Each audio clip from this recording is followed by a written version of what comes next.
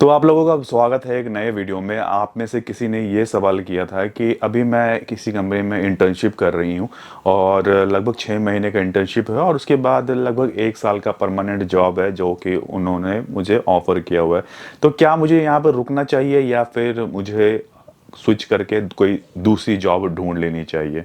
हर किसी का ये सवाल होगा और कई बार ऐसा होता है कि 3 महीने 6 महीने साल भर इंटर्नशिप करने के बाद सेम कंपनी ऑफर कर देती है आपका काम देखने के बाद कि हाँ ये बंदा काफ़ी अच्छा काम कर रहा, तो इसको रोक लो और इसी से हम आगे अपना जो जॉब जो है वो कंटिन्यू करा लेंगे। तो hello guys, welcome back to my YouTube channel. मेरा नाम है अनीश और आप देख रहे हैं हैशटैग विंडो। और आज हम डिटेल इसी के ऊपर बात करना चाहते हैं कि भाई इंटर्नशिप जब आपको कंपनी ऑफर करती है तो क्या नेक्स्ट प्रोसेस क्या होता है, उसके बाद का प्रोसेस क्या होता है, हम सब चीज़ों के बारे में बात करेंगे। देखिए, जब भी आप किसी कंपनी में इंटर्नशिप करते हैं तो वो कंपनी आपको, जब आप जॉब छोड़ के जा रहे होते हो तो आपको जॉब ऑफर ज़रूर करती है। मैक्सिमम टाइम 90% आपको जॉब ऑफर कर देती है।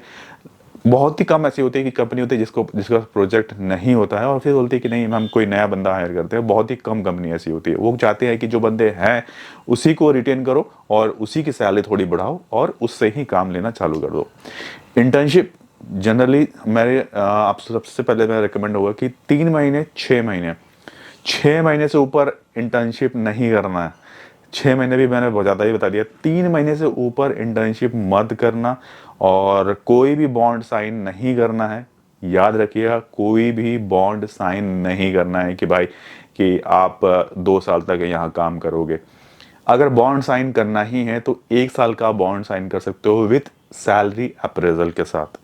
यानी कि आपको सैलरी एक अच्छे अमाउंट पर मिल जानी चाहिए। समझ लीजिए कि आप जो इंटर्नशिप कर रहे हैं वो 8,000 रुपये पे कर रहे हो और आपको आपको बॉन्ड साइन करवा रहे हैं कि आपको 1 साल यहाँ रुकना है।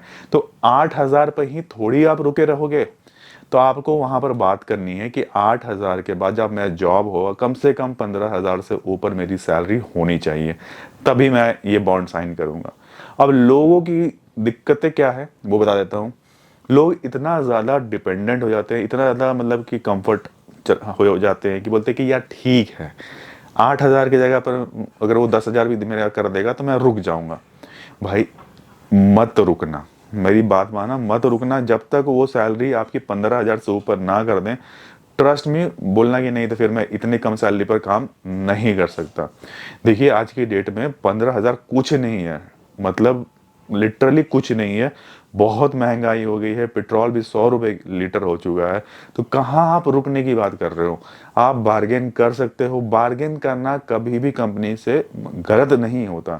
थोड़ा सा फोर्सफुली आप बात करेंगे ना कि भाई मुझे इतनी सैलरी तो चाहिए चाहिए, वो दे देते हैं। बट अगर आपने मुंह ही नहीं खोला, आपने बोला कि नहीं मेरी सैलरी तो इतनी है, इतना दे देंगे तो मैं, आपने 8,000 से हिम्मत करके आपने 12 बोला, उस 12 को उन्होंने 10 बना दिया। आप 20 मांगो ना, आप 20 मांगो, देखना वो 15 पर आकर रुक जाएंगे। ये बार कई बार मैंने देखा है कि जब आप बंदा खुद अपनी वैल्यू नहीं पहचानता तो सामने वाला उसका यूज करता है।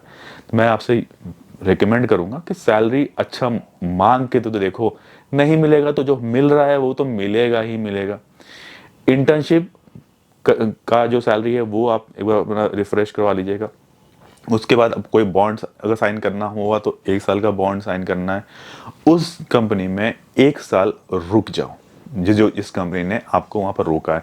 और रोकने के लिए अगर फोर्स किया है कि हाँ रुक जाइए तो हाँ हम आपका सैलरी और ग्रो कर देंगे, तो भाई पहला फर्स्ट ईयर तो आराम से रुक जाओ और ना उसके बाद जॉब इंटरव्यू की तैयारी करना ज़रूर चालू कर देना। लोग ना जॉब इंटरव्यू नहीं देते हैं और सबसे बड़ी दिक्कत की बात यही आती है, ठीक है ना।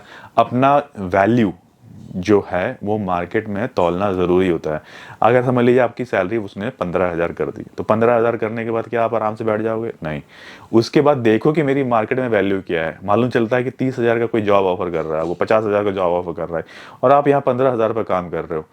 गलत है ना भाई। अगर आपकी सैलरी जल्दी ग्रो कर जाए तो उसमें दिक्कत क्या है, क्या परेशानी है? थोड़ा सा तो हाथ पैर मारो, थोड़ा सा तो कोशिश करो कि हाँ आपकी सैलरी ग्रो कर जाए।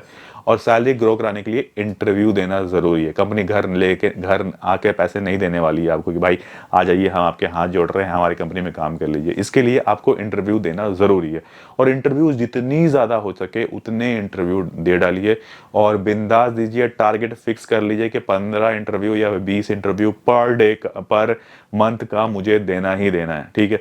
जैसे आपकी 1 साल खत्म होने वाला होगा, उससे 2-3 महीने पहले अपना जॉब इंटरव्यू की तैयारी चालू कर दो, अपना रिज्यूमे रिफ्रेश कर लो, ऐड ऑन कर लो सारी चीज़ें, जो जो चीज़ें आपने सीखी है, सब कुछ सेट करो मामला, और इंटरव्यू देना स्टार्ट कर दो। ट्रस्ट मी, आपका सैलरी डबल हो जाएगा तुरंत के तुरंत।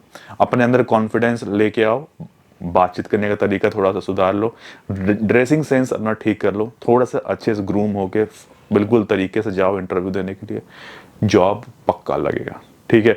बॉन्ड 2 साल का साइन नहीं करना है, 1 साल से ऊपर साइन मत करो। किसी भी तरह का डॉक्यूमेंट वहाँ सबमिट मत करना कि हाँ मैं अपना 12th का सर्टिफिकेट जमा कर रहा हूँ, या कोई ब्लैंक चेक या फिर किसी तरह का भी चेक आपको वहाँ पर सबमिट नहीं करना है, ठीक है। ये इन सब बातों का आप ध्यान रखिएगा तो आप सैलरी आपकी ग्रो कर जाएगी, आप करियर में ग्रो कर जाओगे और बहुत ऊपर तक जाओगे, ठीक है। बाकी आज के लिए हम इतना रखते हैं, फिर से कोई सवाल होगा आप उससे पूछ सकते हैं, उसका जवाब लेके मैं जल्दी आऊँगा। तो फिर मिलते हैं बहुत जल्दी नेक्स्ट वीडियो में, तब तक टेक केयर, नमस्कार। आप मुझे इंस्टाग्राम पर फॉलो कर सकते हैं, इंस्टाग्राम की आईडी आपको दिख रही होगी। चलिए आज के लिए इतना रखते हैं, फिर मिलेंगे बहुत जल्दी नेक्स्ट वीडियो में, तब तक टेक केयर, नमस्कार।